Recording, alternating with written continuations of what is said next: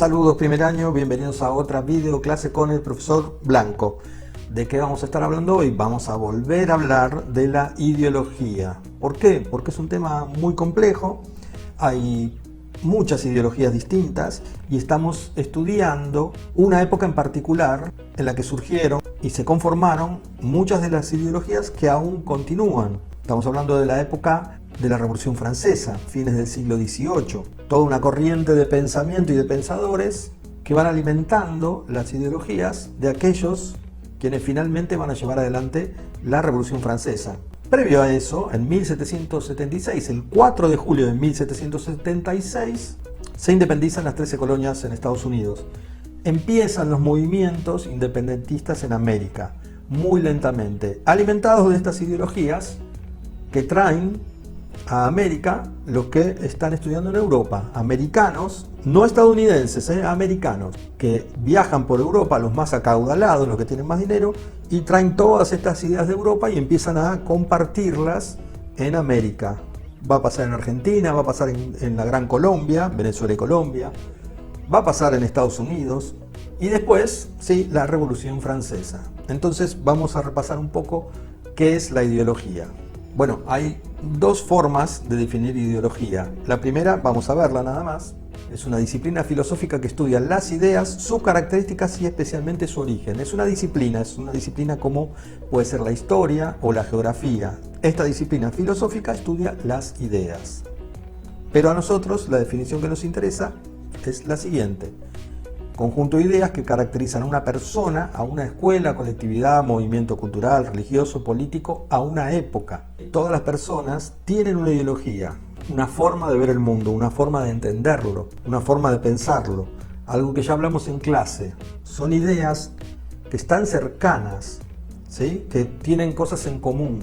No vamos a encontrar gente con una ideología tan extrema.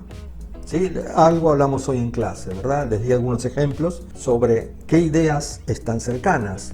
La ideología es algo similar a la cosmovisión.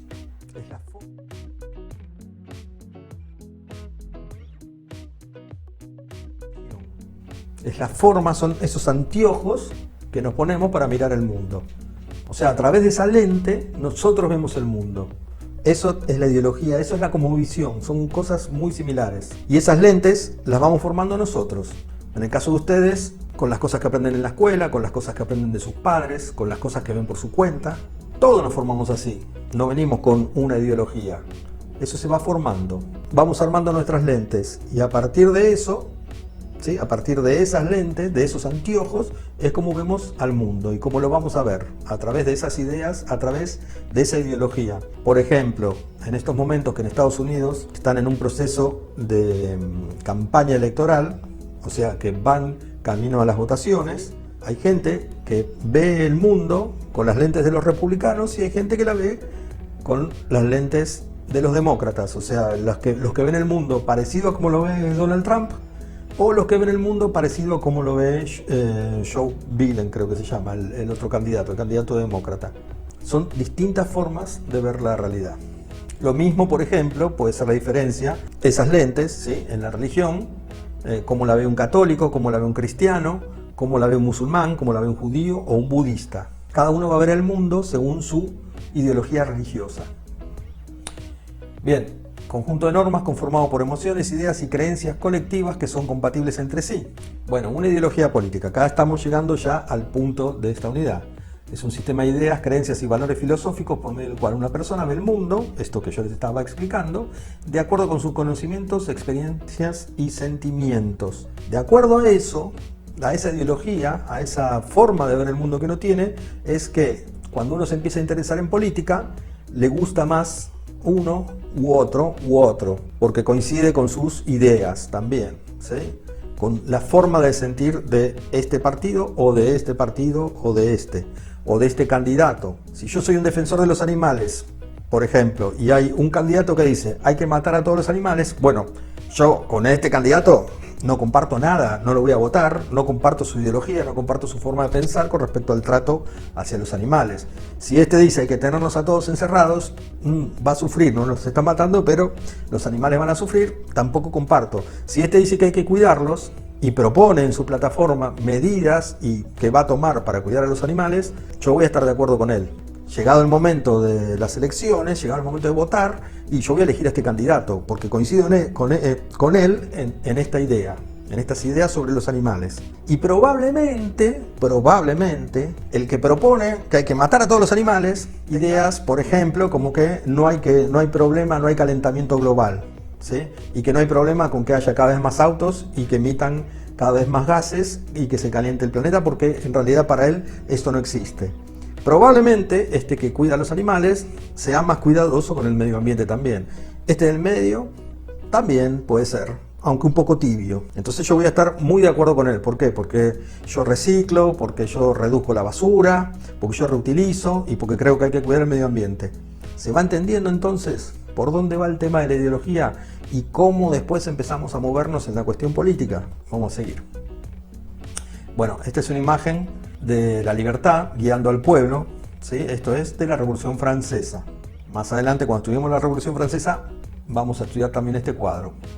Bueno, en la página 56 ya estuvimos leyendo principales ideologías, las principales, ¿sí? De esta época, conservadores y liberales. Unos quieren conservar todo como está, otros no, ¿sí? Los liberales no, los liberales piensan distinto, se oponen a las ideas conservadoras. Las ideas conservadoras no quieren cambios, quieren que todo siga igual, ¿sí? Estamos ubicándonos en aquel momento, ¿verdad? Siglo XVIII, mediados del siglo XIX. ¿De qué año a qué año sería eso?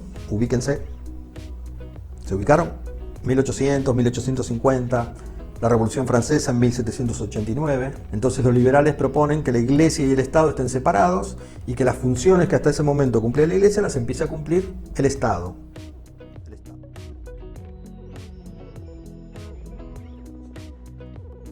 El Estado que empieza a conformarse. Como ya les dije, los países no existieron siempre, los Estados no existieron siempre. Son construcciones nuevitas, tienen 200 años. Al nivel de la historia es muy poquito 200 años. Si pensamos en la antigua Grecia, en los egipcios estamos hablando de 4000 años. ¿Sí? Entonces 200 años es nada, el 5%, es apenas un niño historia sería 200 años. Entonces los Estados se están empezando a conformar y los liberales quieren que la Iglesia deje de cumplir funciones que tiene que empezar a cumplir el Estado, mientras que los conservadores quieren que la Iglesia siga manejando la educación, los registros, etc. Bueno, la primera vez que se utiliza la palabra ideología no existía. A ver, las ideologías se están conformando en el siglo XVIII y aparece alguien que le pone nombre, porque antes no estaban nombradas, eran ideas, como ideas sueltas, ¿sí? Pero se empieza a conformar un conjunto de ideas que se parecen, que son similares o que tienen relaciones entre sí. Y entonces un filósofo francés la llama ideología. Y se terminó esta presentación. Bueno, para terminar esta clase de hoy vamos a ver un poquito más en profundidad liberalismo y conservadurismo. El conservadurismo, como ya decíamos antes, los conservadores defienden la permanencia de las tradiciones sin ningún tipo de cambio. Las tradiciones como eran hace X cantidad de tiempo. En aquel tiempo que estamos estudiando, las tradiciones eran que hubiera un rey y que el rey tuviera el poder absoluto, la monarquía absoluta que vimos hace algunas clases, que eso no cambie. Hoy seguimos teniendo reyes, como ya hablamos en clase también, nada más que tiene otro tipo de funciones, no es un monarca absoluto. Por lo menos en Europa eso no existe. Los valores son el orden, el patrimonio, o sea, van a hacer una pausa y van a buscar el significado de patrimonio. ¿Qué es el patrimonio? Patrimonio es una palabra que se puede aplicar a muchas cosas. Hagan la pausa y búsquenlo. Otro de los valores es la religión, en contra, como ya decíamos, de la separación de la Iglesia y el Estado, y hoy son los partidos que se conocen como partidos de derecha. El liberalismo, libertad individual e igualdad entre todos dentro de una sociedad. Menor intervención posible del Estado, de este Estado que antes le puse la definición, ¿sí? Que intervenga lo menos posible, que cobre la menor cantidad de impuestos, que esté para las cosas que los liberales no necesitan al Estado. Y es el fundamento ideológico a todas las revoluciones del siglo XIX. Recién estamos hablando de la Revolución Francesa. Si avanzan unas hojas en la unidad 3 del libro de Santillana, van a ver que aparecen unas revoluciones en 1830, 1848. Los conservadores no creían que la gente, ¿sí? O sea, el pueblo, pudiera tener una conducta moral y ordenada, y ellos se la querían imponer. En una economía liberal, decían, ¿sí? Dicen los conservadores, la gente no podría alcanzar ni la riqueza ni la autodisciplina, o sea, no podrían ni ganar dinero, ni tener la disciplina, la autodisciplina, la disciplina que uno mismo se impone para trabajar y generar ese dinero. Y para los conservadores la pobreza es señal de un fracaso moral y económico de los propios individuos. O sea, para los conservadores el contexto no tiene nada que ver. Uno es pobre porque es un fracasado. ¿Sí? No suena muy bien, ¿verdad? Los liberales, las libertades fuera del alcance del poder del Estado, promulgan constituciones. Vamos a estar hablando de la Constitución. ¿Saben qué es la Constitución de un país? Si no lo saben, otra pausa y vayan y busquen qué es la Constitución de un país. Es un libro con un montón de cosas adentro. Busquen. Y los liberales, además, hablan de la libertad individual, de esta que estaba nombrando, la libertad religiosa y la libertad de opinión. Otra pausa y busquen qué es la libertad de expresión. Todo esto que les voy diciendo que busquen, anótenlo. Es la actividad del día de hoy, que anoten eso y me lo manden. Pero también que al buscarlo, ¿sí? Aprendan qué es la libertad de expresión y qué es la constitución de un país. Y esa es la actividad de hoy, que me vayan mandando esto que investigan.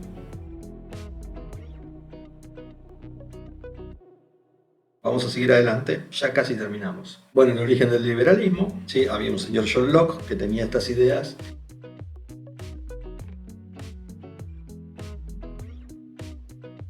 En estos momentos que estamos viendo, sí, siglo XVIII, mediados del siglo XVIII, mediados del siglo XIX, aparecen un montón de pensadores, un montón de gente que empieza a decir y a pensar en cuestiones similares y sobre cuestiones similares y empieza a reflexionar sobre esto.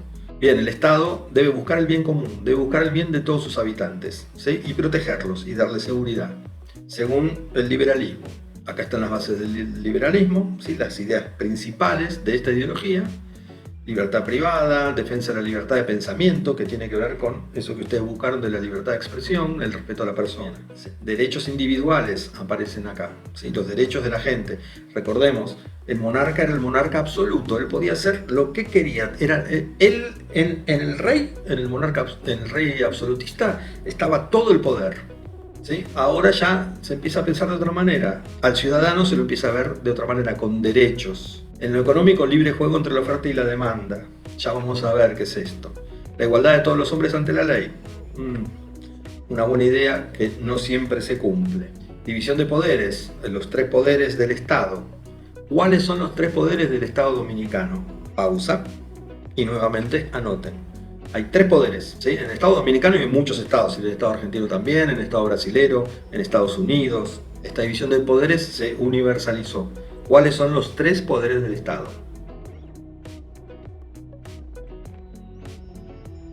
Bien, se suprime la esclavitud. Proletarios. Los proletarios son los obreros, quienes trabajan en la fábrica a partir de la revolución industrial, que la vamos a ver más adelante. Y llegamos al fin de la presentación y de la videoclase del día de hoy. Entonces, ya saben, cuando les dije que hicieron pausa, buscaron la información, la anotaron, la escribieron en el mail, la escribieron en un Word, en un PDF, y me la pueden mandar, como siempre, a la dirección que ahora va a estar por allá abajo, ¿sí? A esa dirección de mail. Y si no, por quienes quieran, por vía de WhatsApp, y nos estaremos viendo en la próxima clase. Hasta luego.